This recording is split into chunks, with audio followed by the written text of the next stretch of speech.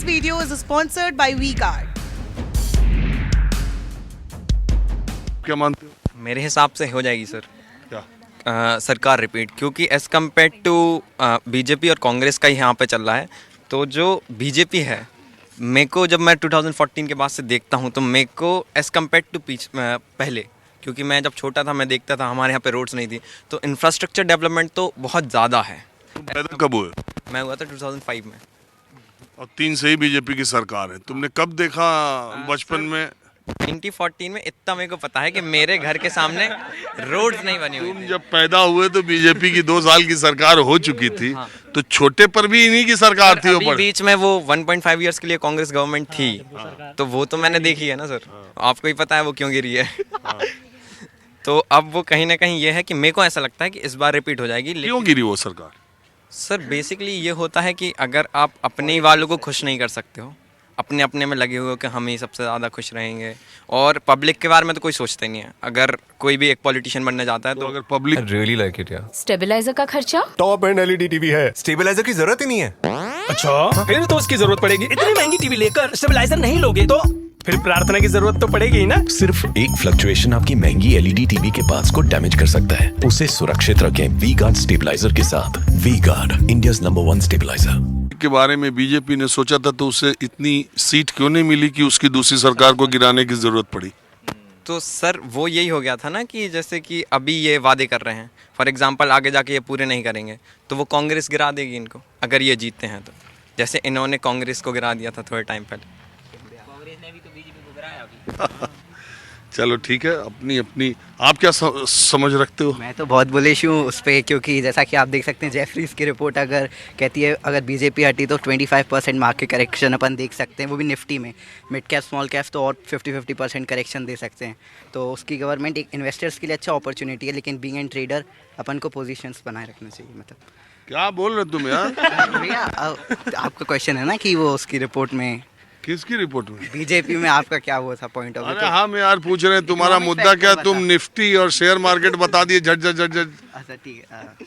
तुम शेयर में कुछ? मतलब मैं एक इन्वेस्टर हूँ, स्विंग इन्वेस्टर। तो यहाँ पढ़ाई क्या कर रहे हो जब माल बना ही रहे हो? अब पाप ऐसे फिर अनपढ़ से शादी कौन करेगा सर? अनपढ़ से शादी थोड़ी ना करते। तुम शादी के लिए पढ़ रहे हो? नहीं मतलब आई मीन सीए। हाँ, तो मैं ये कह रहा था कि इन्वेस्टर्स के लिए हाँ, इन्वेस्टर्स के लिए एक बीजेपी ठीक है, बहुत अच्छी है, क्योंकि इंफ्रा में जैसा कि आप देख सकते हैं L&T क्या भागा है, और जैसे नए टेंडर्स आ रहे हैं एयरपोर्ट्स के लिए और सब कुछ, एक बहुत पॉजिटिव साइन है और अपन को उसके साथ कंटिन्यू करना चाहिए।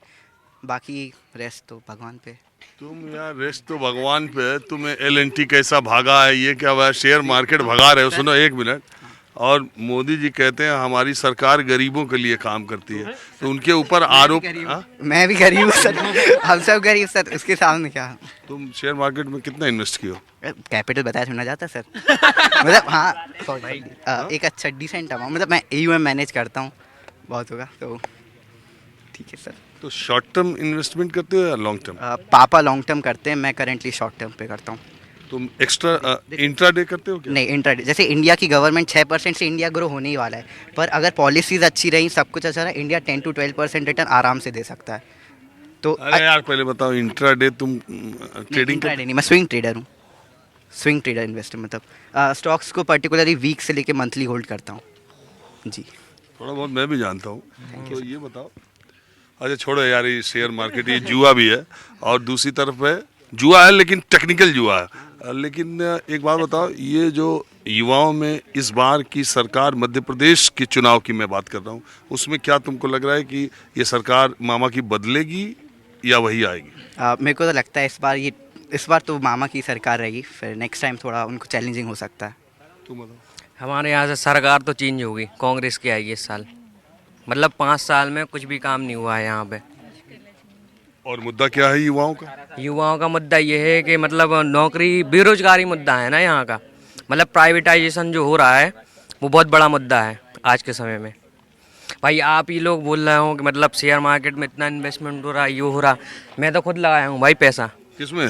भाई शेयर मार्केट में। लेकिन भाई अडानी का जिस दिन चुनाव होंगे, इलेक्शन होंगे, पार्टी चेंज होगी अगर तो अडानी का शेयर प्राइस पूरा गिर जाएगा। भाई क्योंकि खरीद ले फिर, अगर भाई को पक्का पता है गिरने वाले तो शॉर्ट कर भाई, कम से कम अंधा पैसा भाई छाप। अबे एक बात बता रहे यार तुम लोग, अरे यार यहाँ मैं आया यार यूनिवर्सिटी के स्टूडेंट से बात करने, ये दोनों शेयर मार्केट का यहाँ पर मिल गया इन्वेस्टर डिपार्टमेंट का, अपनी पढ़ाई लिखाई का तुम तो यार कहाँ ले गए मुद्दा।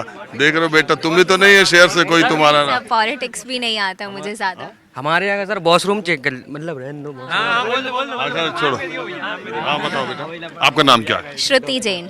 और श्रुति जैन, तो एक बात बताओ आप किस क्लास में पढ़ती हैं? 5th semester BCom. श्रुति जैन, इसलिए मैं थोड़ा वो कि यहाँ पे सागर में दोनों जैन लड़ रहे हैं, एक शैलेंद्र जैन लड़ रहे हैं और एक है निधि जैन। बीजेपी से शैलेंद्र, झाड़ू वाले भी जैन है, तो मुकेश जैन।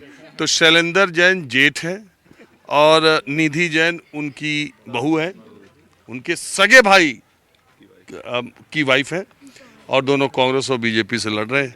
तो तुम बताओ श्रुति जैन, तुम किस जैन की तरफ हो? शैलेंद्र जैन।